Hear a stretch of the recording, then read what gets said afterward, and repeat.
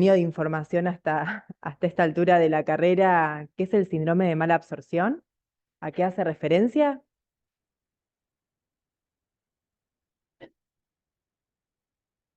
Perfecto.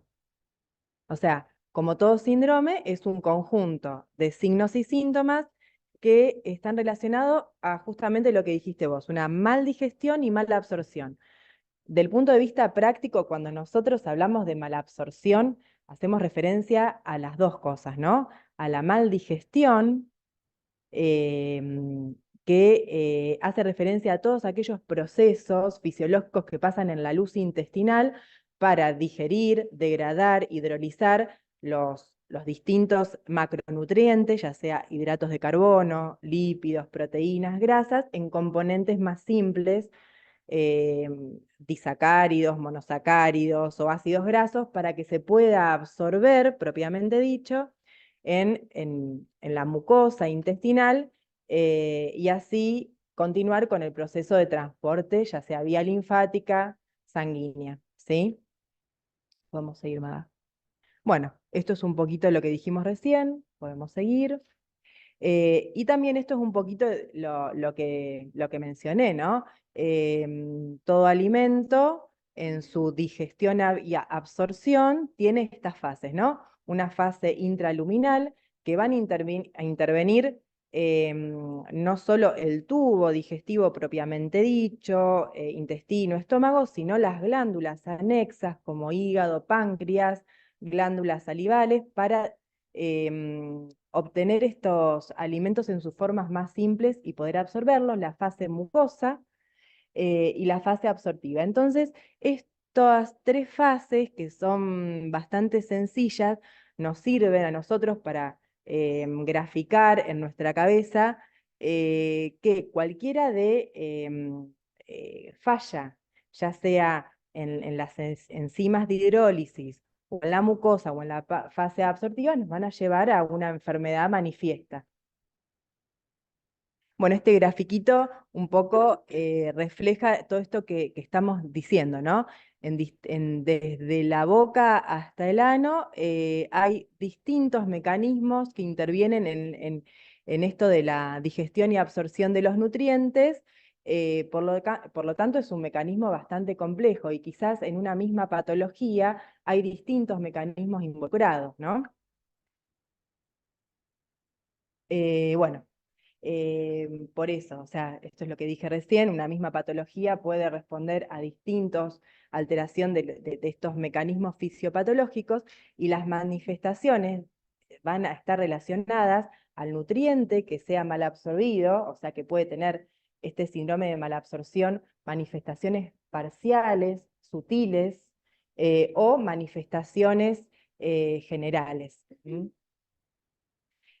Bueno, acá es un poquito la topografía de la absorción de los distintos nutrientes a lo largo del tubo digestivo. Entonces, por ejemplo, si nosotros, no sé, tenemos una resección del ilion terminal extensa, podemos ver que, bueno, pudiera haber un déficit de B12 y sales biliares. O sea, de acuerdo a qué estructura a lo largo del aparato digestivo y glándulas anexas estén comprometidas, podemos inferir que puede haber la alteración de tal o cual nutriente.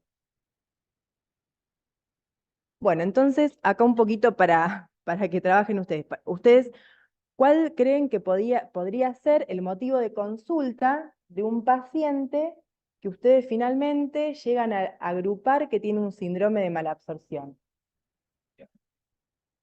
Disminución de peso, diarrea, bien, y dolor bien. Básicamente, esos son tres motivos de consulta que pueden ser relacionados a un síndrome de mala absorción. Y quizás si ahondamos un poquito más, ¿cómo esperarías que sea la diarrea? Vos o cualquiera, ¿no? Bien. Eh, Bien, depende.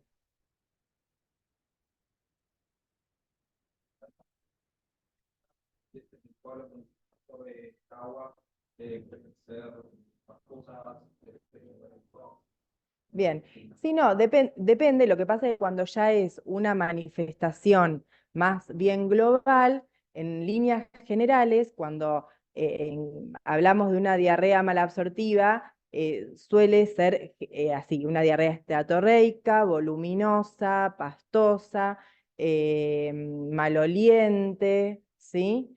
Ya cuando hay alguna absorción parcial o es algo más sutil, sí podemos hacer esa distinción. Incluso no puede ser que no se manifieste con diarrea y quizás en eso que quería hacer el hincapié inicial, porque estos tres síntomas, signos que mencionaron, son hallazgos bastante avanzados de un paciente que tiene una enfermedad con malabsorción, porque en última instancia un paciente que malabsorbe después se genera un círculo vicioso, porque la malabsorción lleva a pérdida de peso, desnutrición, y sea la etiología que sea, la mucosa, por ser un tejido de alto, la mucosa intestinal, por ser un tejido de alto recambio, se daña. Entonces, finalmente, independientemente de cuál sea la causa original, se va a ver afectado todo el tubo digestivo, ya sea por una disbacteriosis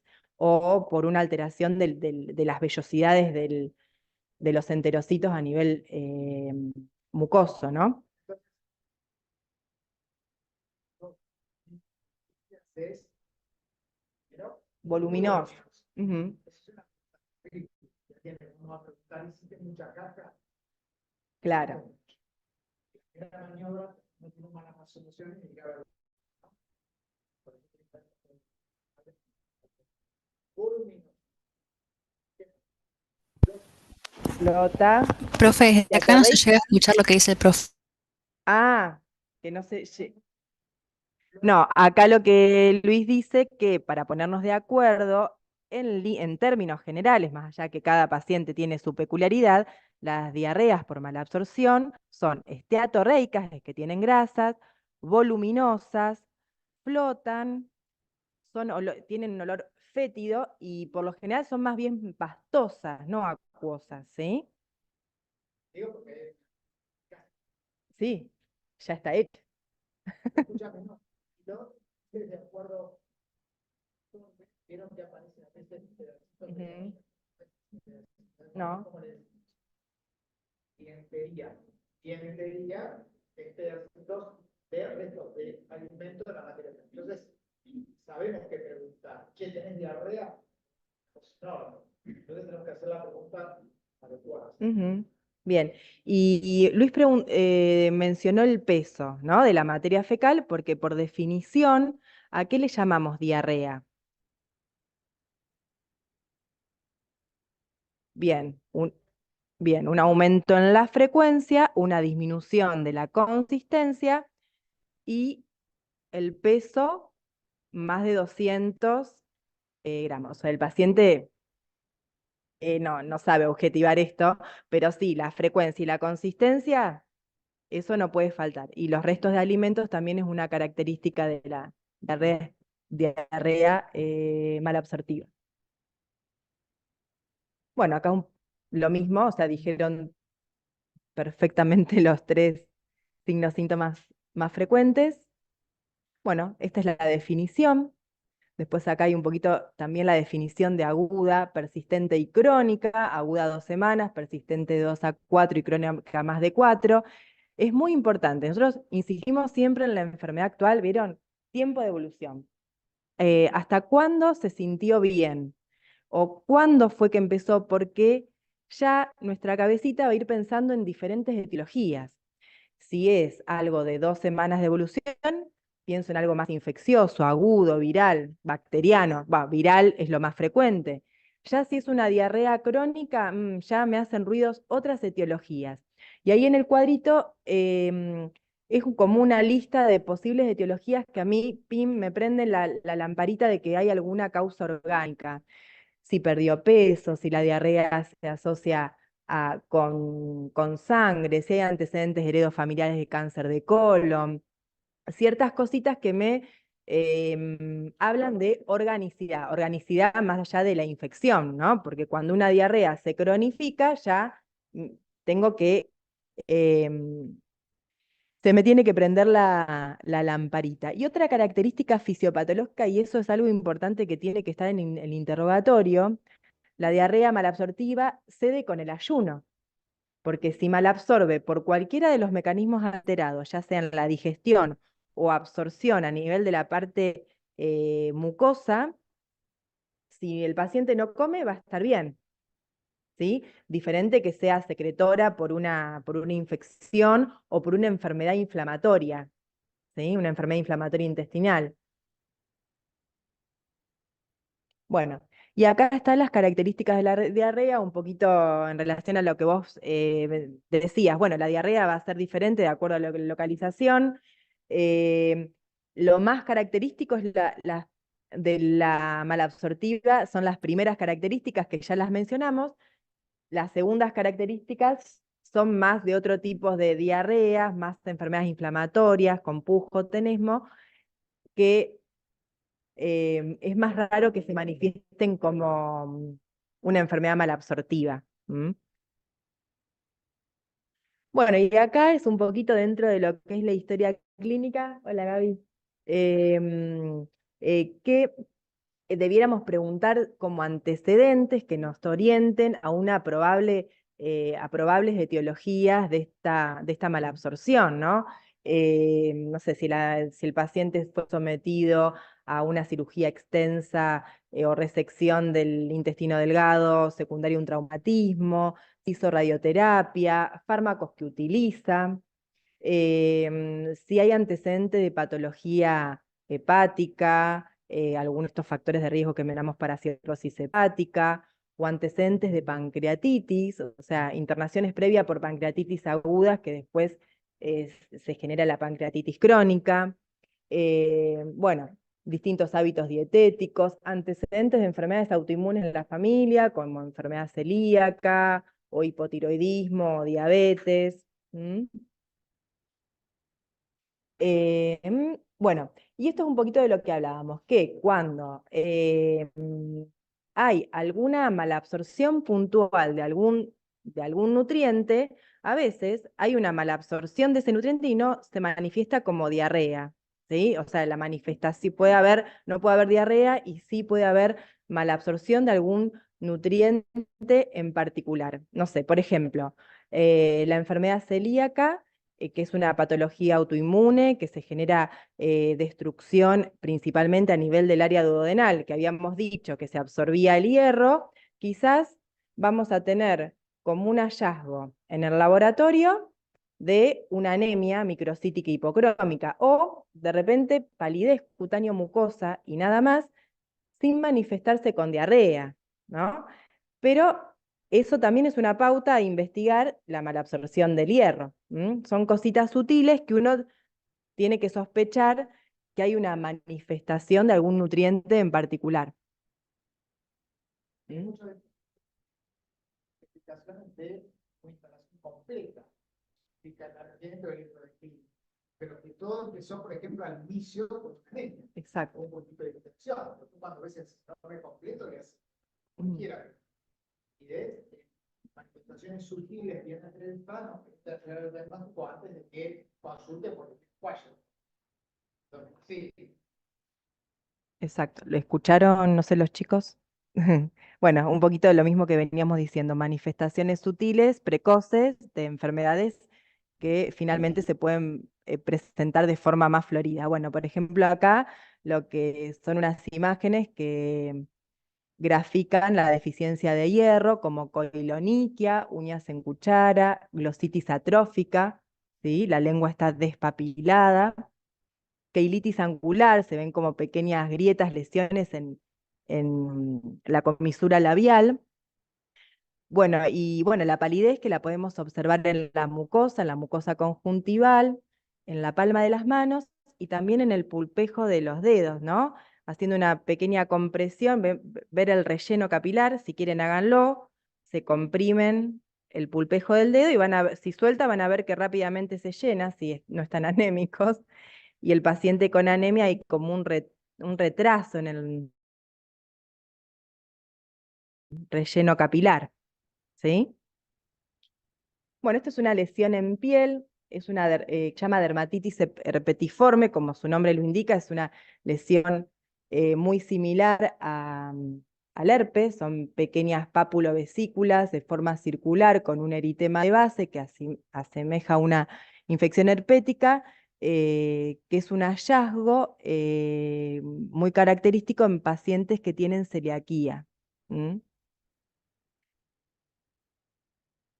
Bueno, acá son manifestaciones bastante específicas de enfermedad inflamatoria intestinal. Bueno, en las dos primeras imágenes vemos lo que se llama un pioderma gangrenoso, que es una lesión que comienza como una pápula que se ulcera, dolorosa, que puede estar en áreas que previamente fueron traumatizadas por un fenómeno que se llama depatergia, o sea, en áreas que pequeños traumatismos se genera esta lesión que es bastante suculenta. eh, por eso muchas veces la biopsia de estas lesiones puede ser como incendiar el cuadro de esta lesión porque al traumatizar se genera más lesión. El eritema nodoso, que se ven, no sé si ven mucho la imagen porque esta justo tiene la peculiaridad que se palpa más de lo que se ve, es como una celulitis localizada, o sea, se palpan nódulos en el subcutáneo.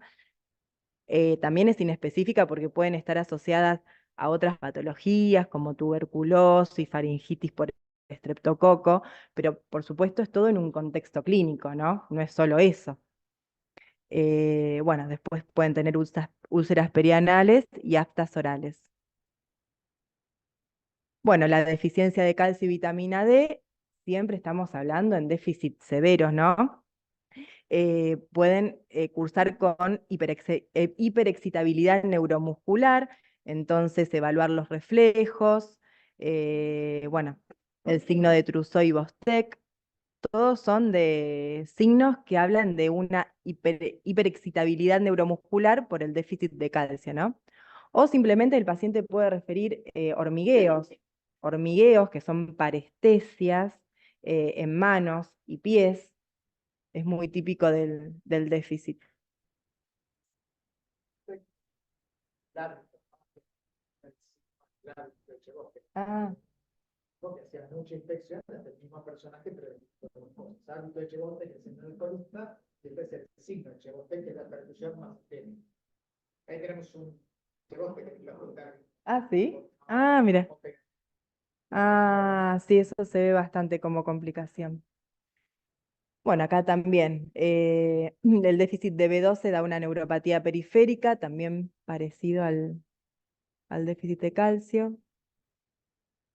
Bueno, el déficit de vitamina K, la vitamina K es una vitamina hidrosoluble, o sea que principalmente las alteraciones hepáticas o pancreáticas por deficiencia de ácidos biliares o ácidos biliares que permitan la absorción de esta vitamina, van a estar favoreciendo estas manifestaciones hemorrágicas, ¿no?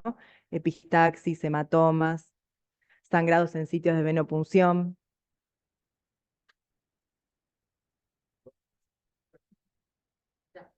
Ah, y otras más. Todas las hidrosolubles, las liposolubles. Cada una deberían saber el Ujú.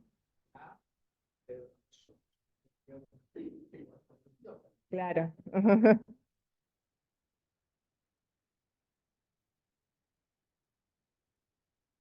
Bueno, hay un poquito de la descripción de los tipos de lesiones hemorrágicas. Vas a seguir.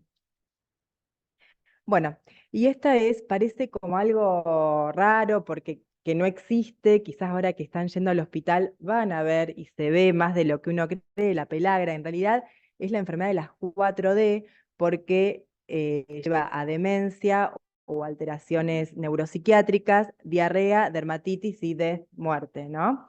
Nosotros en el hospital lo vemos mucho en pacientes alcoholistas o en pacientes en situación de calle o sin ser en situación de calle, pacientes que están pasando por un contexto socioeconómico vulnerable, y eso se produce por deficiencia de niacina o vitamina B3. Em, Justo hace poquito leí un caso de una paciente vegana, no suplementada, o sea, los vegetarianos estrictos, que se manifestó con esto, con esta enfermedad. Vamos a ver que la dermatitis es una dermatitis en áreas fotoexpuestas, ¿no? Escote, manos, o sea, se ve como la musculosa del paciente, ¿viste? Afecta las manos en la mayoría de los casos, pero son todas áreas de exposición a la luz. O sea, vas a ver ay, mirá qué bronceado que está, y no, es por este déficit que lleva a este tipo de lesión, que son lesiones más que nada amarronadas, descamativas. Puede haber, como a veces es pruriginosa, puede haber signos de rascado. ¿Mm? ¿Mm? ¿B3 o B6? B3. Ah, pues yo hacerlo. No, niacina es B3, porque sí, sí, sí. Ayer lo repasé. Pelaga. Sí, esto mucho. Por lo general, si hay déficit de todo el complejo, ¿no? Vamos a ver, o sea, qué es el contexto de un paciente que está francamente desnutrido. No, por eso. Claro.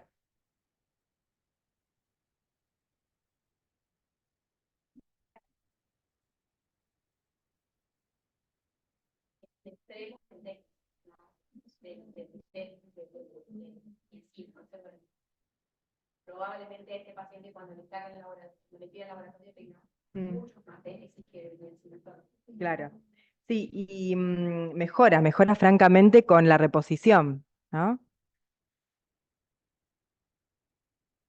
Bueno, el diagnóstico de malabsorción es con la clínica, ¿no? Con todo lo que vinimos hablando, con una historia clínica detallada, completa, ordenada. Hacemos el diagnóstico de síndrome, ya sea por una manifestación parcial o global, como vimos en un inicio. Por supuesto, con esta sospecha del punto de vista del laboratorio, vamos a encontrar déficit de algunos nutrientes que se van a manifestar en forma diversa de acuerdo al nutriente que esté afectado.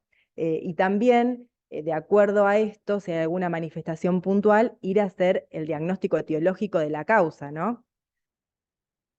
De la causa específica ya requiere otros estudios diagnósticos, por supuesto. Si estoy sospechando por antecedentes patológicos de una celiaquía y en el examen físico está pálido y encuentro una anemia microcítica hipocrómica, vamos a pedirle las serologías y vamos a confirmar por una endoscopía, ¿no? Los estudios complementarios que vamos a realizar de la etiología tienen que ver con la sospecha. Bueno, y esto, el test de Van de Kammer, en realidad, si desde el punto de vista clínico, semiológico, yo observo la materia fecal, como dice Luis, no hace falta hacer un Van de Kammer, que en realidad es una prueba, o un estatocrito, son dos el estatocrito es menos engorroso, las dos detectan grasa en materia fecal. Esto se hace con una dieta especial y recolección de la materia fecal en el cuarto, quinto y sexto día, y el esteatocrito es con una muestra única, ¿no? Por un método de centrifugación se detecta que hay más de un 10% de grasa en materia fecal. Obviamente esto no es... Ujú, claro, Bueno, flota y se pega a las paredes. se pega, claro. Ujú, sí. Por eso es medio asqueroso, pero si tenemos un paciente internado, sobre todo que es más fácil ver, le decís, no tires el inodoro, lo decimos que hagan una chata para observarlo.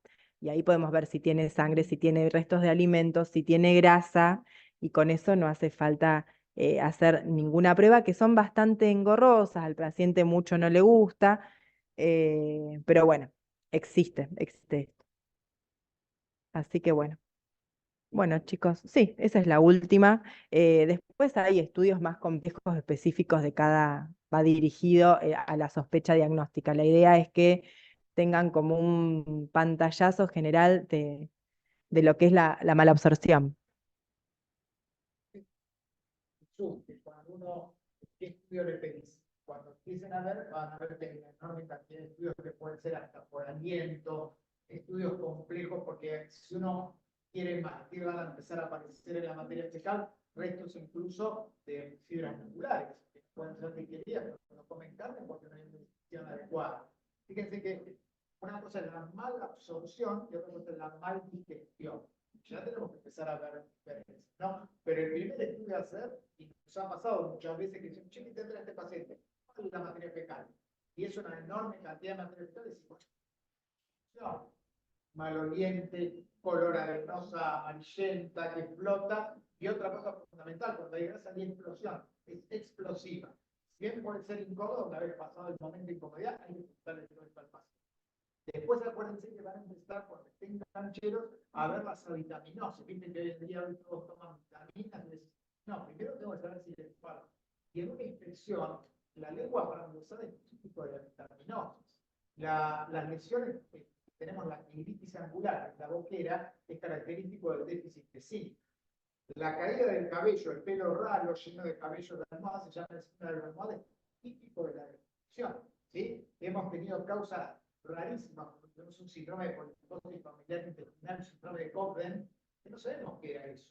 Pero decíamos, che, el señor come, está muy desnutrido. No come, la señora le da de comer.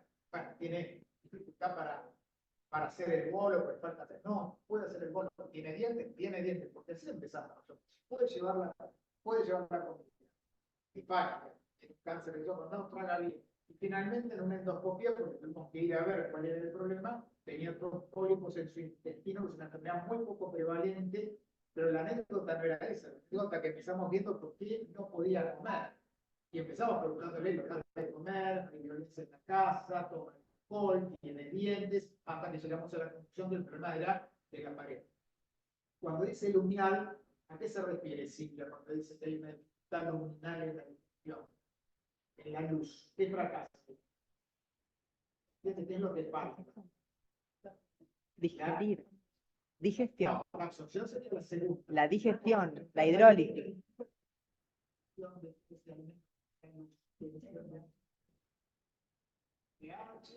enzimas,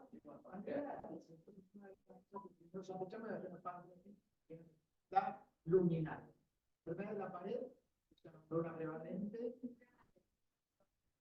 No, Claro. Generalmente crónico. Ahí también tiene que ver con alcohol, tiene que ver con quimio que hagan representación, muchas causas. Pero bueno, cuando el paciente no le encontrás otra, déficit enzimático o anterior histórica, hay que buscar. ahora, el paciente tiene un antecedente, siempre pensar realmente todo raro. No es que se quedó sin el páncreas, tiene que ser algo crónico, que son pacientes alcohólicas, son crónicas que cursan con mucho dolor abdominal. ¿Saben que le damos eso a pacientes? Profe, no se está escuchando bien al profe.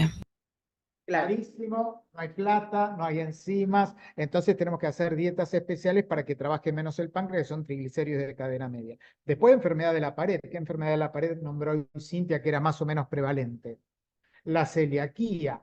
Pero recuerden que el paciente, si ustedes empiezan a preguntarle, hay antecedentes de autoinmunidad en la familia. ¿Qué enfermedades autoinmunes prevalentes hay en la familia? O en la misma. O la misma. Prevalente, no raras. Pregunta de Sanos. La mujer generalmente, ¿qué enfermedad autoinmune? Muy frecuente. No rara. Hipotiroidismo. Debo decir hipotiroidismo, enfermedad autoinmune, pienso más en enfermedades autoinmunes de la pared. Y después acuérdense que cuando piensan en la pared tiene que ser enfermedades de instauración lenta, es decir, un cáncer, bueno, no, porque primero te mata antes que darte una mala absorción. Y absortivas, todas las patologías post-pared, por ejemplo, tuberculosis, linfangiectasias. Más rara.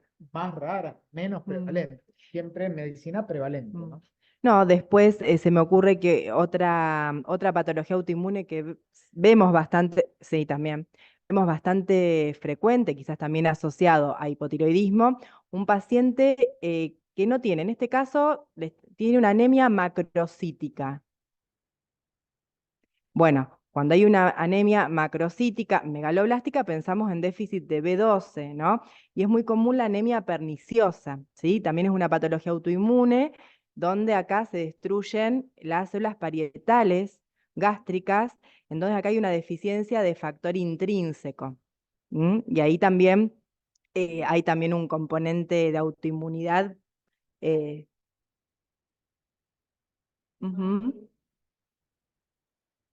claro. Pero lo que decimos que cuando van al hospital privado, al hospital público, les enseñemos a ver, si bien es una obviedad, tiene que aprender a ver, porque a veces van a ver pacientes hiperpigmentados, estos que tienen pelagra, de niacina, y como dice Cintia, en las zonas de fotoexposición. Cuando veamos si podemos este sábado la clase de dermatología, si hay tiempo, van a ver que es fundamental decir zona de fotoexposición o no. Y es como si se hubiera caído agua hirviendo, son quemaduras. Collarete de Casal y nuestro maestro, que es un experto en alcoholismo, Arseno, dice el signo del grillete o el signo de la bombacha, por la bombacha de campo que usan hasta el tobillo, la Ajá. alpargata, y queda como un grillete. Entonces tenés signo del grillete, signo Collar del de collarete del Casal. Casal, como si se tuviera quemado, y quemadura en el dorso de las manos, que son lesiones ampollares, decís pelagra. Después te interesa saber si es que no le dieron de comer, un ancianito con violencia, vive en la calle, raro, o toma mucho alcohol, ¿correcto? Y entonces, y vemos frecuentemente, y es como si fueran grandes quemados, ¿eh? Grandes quemados. Una foto que, si puedo el sábado se las voy a poner, preguntaba el papá, no, Willy preguntó el otro día, ¿qué tiene mi papá? Y mandó el pie con todo un craquelado blanco tostado, gran tostado, que tenía las Crocs, pero probablemente te diera algún déficit vitamínico o estuvo tomando sol. Cuidado cuando estamos en pleno verano. Pero Cintia dice, cuando estuvieras, yo digo siempre, como si hubiera estado en el Caribe y es invierno. Bueno, ahí sospechar que hay un trastorno alimentario, no todo es alcohol. Puede ser mala absorción, como dice Cintia, Mm, ¿sí? sí. Esto de las dietas lo menciono porque hay que interrogar en el consultorio sobre todo sobre los hábitos alimenticios, porque mucha gente piensa que por ser vegano está haciendo una dieta saludable y no, bueno, en este caso, el caso que leía que les contaba, no se suplementaba y esto existe, ¿no? Sí, hoy caía uno de los residentes con respecto a la dieta en una trampa, porque decía que la paciente, que era una paciente muy interesante, había perdido peso, pero te aclaro, hizo dieta, a lo cual digo, caíste en la trampa, porque vos ya asumís que la dieta le hizo perder peso. Preguntemos en cada uno de nosotros quién hizo dieta y quién perdió rápidamente peso.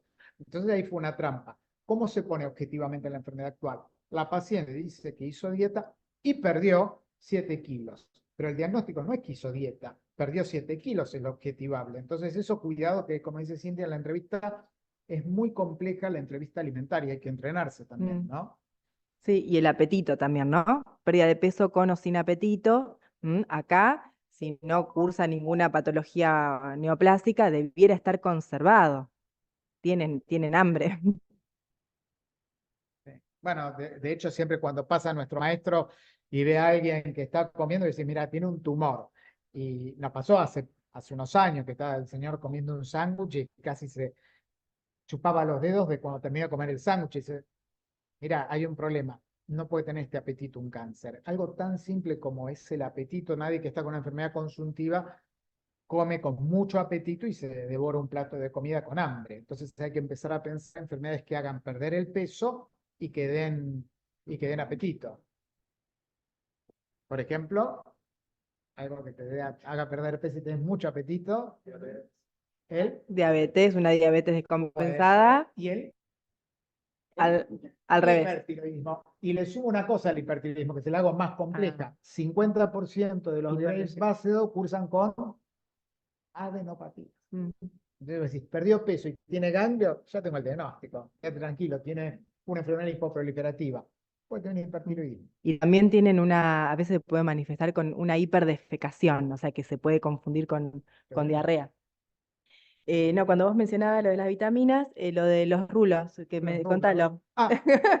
El rulito, No, el siempre pelo vemos, ensortijado. si podemos el viernes, el sábado lo vamos a ver, que tenemos pacientes a veces con déficit de vitamina C, que uno dice escorbuto, ¿ven? Uno cada 2 o 3 meses tenemos en el hospital diferentes causas. Generalmente cuando uno tiene un escorbuto, le ve la cara al paciente y hay un trastorno de la personalidad, porque para escorbuto no tiene que comer nada que tenga vitamina C, las verduras también tienen, no solo los cítricos. Bueno, y tienen una hipertrofia gingival, pocas causas de hipertrofia gingival, y lo que dice Cintia, tiene una púrpura peripetequial, es decir, tiene el folículo piloso, pero ensortijado, en rulitos. Entonces hay que verlo de cerca, decís, oh, ves, tienen hematomas, hipertrofia gingival, y generalmente cuando lo vas a entrevistar, hay un trastorno. La que tuvimos nosotros hace poco, alguien le había dicho, hace dieta, y la dieta era fideos. Almuerzo, cena, merienda, fideos. Decís, pero ¿se dio cuenta? No, fideos. Alguien le dijo, tenés que comer pasta y comió pasta, ¿no? Y hizo un escorbuto. Es como soberano, ¿no? Miren todo lo que contó Luis, que no tiene que ver con un laboratorio, tiene que ver con observación, ¿eh? Y ahí empiezan a pensar en diagnósticos diferenciales de malabsorción. Así que en esto hay que entrenarse. Cuando esté el taller de dermatología es muy rico para que nos cuente patologías sistémicas, ¿no? A veces uno le parece que solo tiene que haber algo infeccioso, pero cuando uno las puede leer, a los pacientes desde la piel tienen un montón de información, ¿eh? Así que el artículo que subieron en el campus está muy bueno para que desmenucen todo eso o que repasen no sé en qué lo van a subir a esto, no sé, en Sí, Word, lo en lo que vamos fuera, pero a porque repasen el seminario después cuando lean malabsorción, porque de ahí van a sacar un montón de patologías. Gaby, en estos días vos te pasa, a todos nos pasa que a algunos pacientes que se les pide dosaje de vitamina A, dosaje de vitamina C. Espanto, porque nadie explicó Un que control, pueden venir ¿no? con- Un control de salud. falso positivo, falso negativo. Son las personas que dicen, no, la vitamina C cuando hay déficit tiene que haber una razón y un Claro. examen físico. Yo la pido. Exacto. Y O de sea, hecho, anécdota que la vitamina C cuando escuchamos, tenemos dosaje no sale. No saben las mejores que piden y generalmente nos pasa con algunos compañeros nutricionistas que piden increíble. Debo decir, no, yo pido al o revés. sea, en un contexto donde van a hacer una consulta para tener un plan dietario saludable, ¿no? O sea, que no da lo mismo a que internen a un paciente porque estás polisintomático o porque ustedes le encontraron en el examen físico cosas y a partir de ahí piden. Esto es, 25 años, voy a una consulta a un nutricionista para hacer un plan dietario saludable. Plan dietario saludable significa que los nutrientes esenciales están en ese plan dietario saludable, ¿sí? No es necesario reemplazar nutrientes esenciales, ¿sí? Muchas veces está por ahí, no, me piden nutrientes esenciales. Chicos, nutrientes esenciales, están los vegetales, está en la fuente animal, está en la fuente vegetal, listo, suficiente. Si nosotros hacemos una dieta variada, probablemente zinc no nos debería faltar, C no nos debería faltar, D, o sea, selenio, B12 si tenemos una fuente animal. Ahora, si somos con un plan vegano estricto, bueno, ahí es distinto y realmente necesitan suplementarse. ¿Eh? Pero el otro paciente, que son la mayoría, ojo, porque empezamos al revés, reemplazamos nutrientes esenciales. ¿Se entiende? Entonces, para eso uno tiene que estar plantado con fundamento para explicarle a su paciente que eso no es necesario. O sea, un nutricionista o un médico, al que fuera, un endocrinólogo, no necesita saber qué zinc tenés en un contexto de un paciente de 25 años sano, saludable, sin antecedentes de nada. ¿Eh? Bueno, ahí ve la diferencia, tanto como médico, si hicieron posgrado en la residencia, actúan a nivel molecular, simulan el y empiezan con pensamientos mágicos que son muy dañinos. Y, no solo que son dañinos. ¿No? y te lleva a un policonsumo de algo que la palabra te lo dice. Si son nutrientes esenciales, en la dieta equilibrada que nosotros mantendríamos, lo deberíamos incorporar. ¿Sí?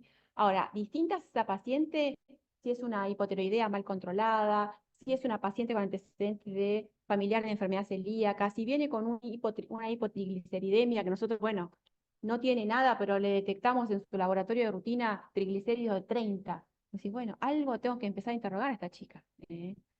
Sus deposiciones, mirarla, revisarla, ahí es distinto. Pero el otro paciente, que es la mayoría, ustedes mismos tienen que llevarse ese concepto, que no necesitamos esos dosajes. Bueno, si está enfermo en el intestino, normalmente a veces nosotros le ponemos vía y para esperar la alimentación para empezar a nutrir. Y ahí tenemos un título que es lo que alimentamos y es un cuadro de gravedad extrema porque le empezamos a dar rápido la comida, el organismo consume y hace déficit graves, entonces estamos preparados para preparar para que no hagan síntomas de alimentación. Pero bueno, la llave de todo esto, la entrevista y el examen físico. ¿Alguna duda? ¿Algo que quieran preguntar? No sé, los chicos allá en sus casas. Cuando lean artículos, van a ver muchos exámenes complementarios súper complejos, que no necesitamos manejarlos nosotros. Tenemos que conocer que existen. El test del expirado, la X X-ilosa, sí. Hay un montón, ¿sí? Toda una complejidad. Mucho alcohol, tiene dolor abdominal, tiene una mala absorción, vamos a buscar. Pensamos que tiene una pancreatitis crónica. Como es muy frecuente el alcoholismo alimentar en plata, tengan en cuenta que prevalente lo vemos con una pancreatitis crónica, ¿no? Lo que se puede hacer en la mayoría de hospitales es el teatro frito y otra cosa que hace el bioquímico es test de sudar 3, que es lo mismo. Tiñe y busca una gota de esa. O lleva a encontrar restos de comida, ¿no? Entonces, si ustedes podés ver si tiene restos de fibras musculares y encuentra eso. Cuando hay comida se llama voy a mencionar algo más que me acordé ahora, quizás es como está medio de moda ahora el SIBO. Sí, es muy frecuente que te consulten por distensión abdominal, dolor, disconfort después de las comidas, todo lo que como me cae mal. Y hay una entidad que es de sobrecrecimiento bacteriano, que esto se produce cuando hay sobrecrecimiento, una disbacteriosis a nivel de la luz intestinal, que esto puede ser por la misma alimentación inflamatoria en sí, exceso de alimentos procesados, azúcares, hidratos de carbono, o también hay que interrogar sobre el consumo de medicamentos, ¿no? De antibióticos que produzcan como un cambio en la flora intestinal habitual y como que lideran bacterias, digamos, diferentes, claro, diferentes sobre las que están habitualmente. Entonces eso genera una sobreproducción de gas, fermentación a nivel intestinal y también todo el mundo tiene SIBO. Por lo general, y hablando con los gastroenterólogos, nadie va a hacer un diagnóstico etiológico, porque hay también test del aliento, incluso hablando con Sayanes, ahí se toma muestras a nivel intestinal, hacen tratamiento empírico. Sí, sí, porque acá hay conflictos, en nosotros no, pero bueno, el tratamiento lo hacen con rifaximina, ¿no? No es un antibiótico que utilicemos habitualmente, bueno, excepto en los pacientes cirróticos para profilaxis, pero bueno.